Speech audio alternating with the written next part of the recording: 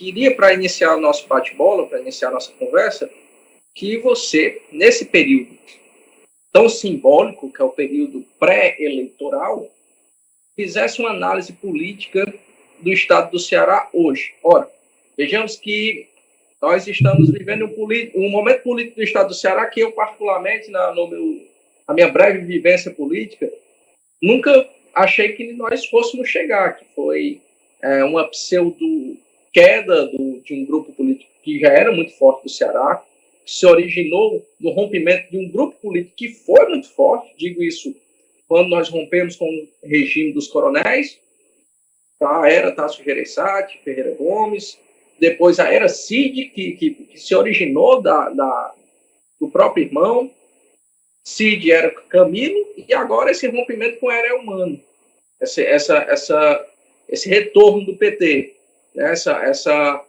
Esse projeto que, ao meu ver, o PT tentou iniciar com o José Ayrton, a eleição que perdeu para o Lúcio, e agora o PT teve essa oportunidade. Eu queria que você me falasse sobre esse momento, como você enxerga esse momento, porque, assim, na minha visão, em muitas coisas ainda o governo estadual precisa se encontrar, né? Precisa entender o que é o governo estadual. É muito interessante a sua pergunta, e ela traz alguns dados que a gente precisa discutir. Primeiro dado importante. Havia um senso comum de que o grupo ou o poder de voto do Ciro no Ceará era maior que o do Lula. Nós tivemos o Ciro concorrendo em 98, vencendo Fernando Henrique Cardoso e Lula no Ceará, no primeiro turno.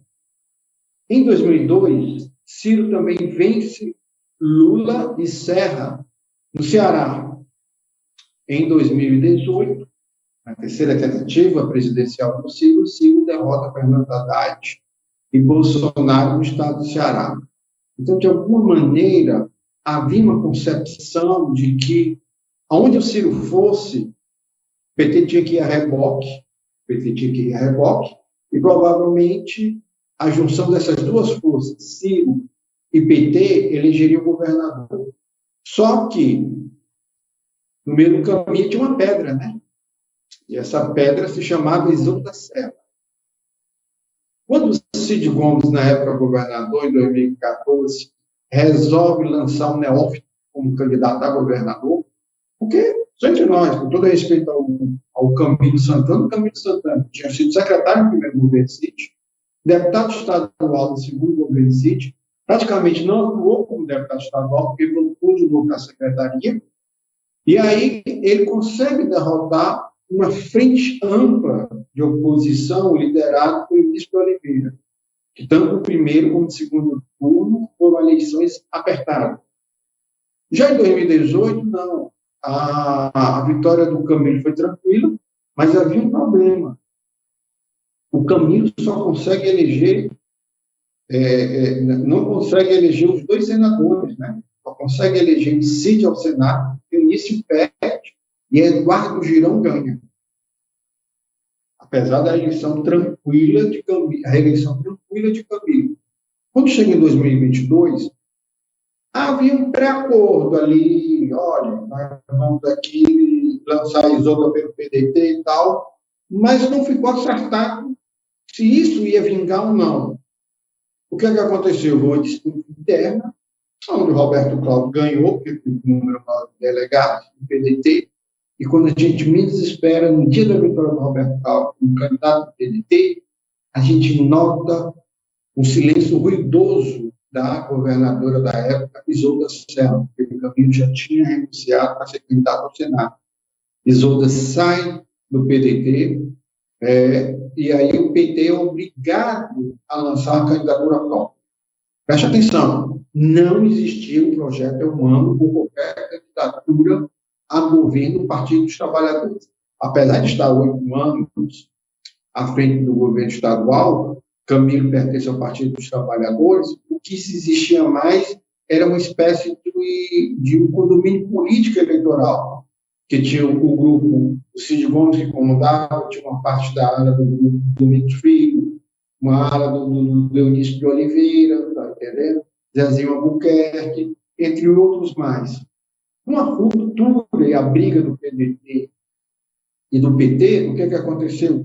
O antigo bloco governista se separou em duas alas, uma liderada pelo PT e outra liderada pelo PDT.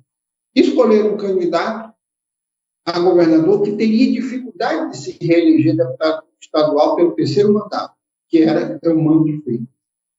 E o que aconteceu? Quando o processo se iniciou, a força do lulismo, a população mais pobre desejando uma garantia da insegurança alimentar, que nós lembramos que a pandemia tinha terminado há muito pouco tempo. Mesmo o governo federal, tendo à frente Jair Messias Bolsonaro, não passava tranquilidade para o nordestino, nosso homem do campo. Então, o que aconteceu? Ninguém esperava aquela vitória de primeiro que o Eumano fez. É um caso ímpar. Aquela história do slogan, será 3 vezes mais forte, aquilo é um caso à parte, certo? Isso não quer dizer que vá ser repetido nos grandes municípios cearenses esse ano. Retornando, quando há a briga, o que acontece? Roberto Cláudio se torna um candidato dissidente. Eumano toma a dianteira, ultrapassa o único candidato de oposição, que é o capitão Wagner, tá certo? Que não quis se abraçar com o Bolsonaro, ele fez uma estratégia correta, que hoje nós estamos comprovando, que mais lá na frente eu vou falar da Associação de Fortaleza e vou explicar o porquê que ele fez essa ação correta de não se abraçar totalmente com o presidente Jair Messias Bolsonaro.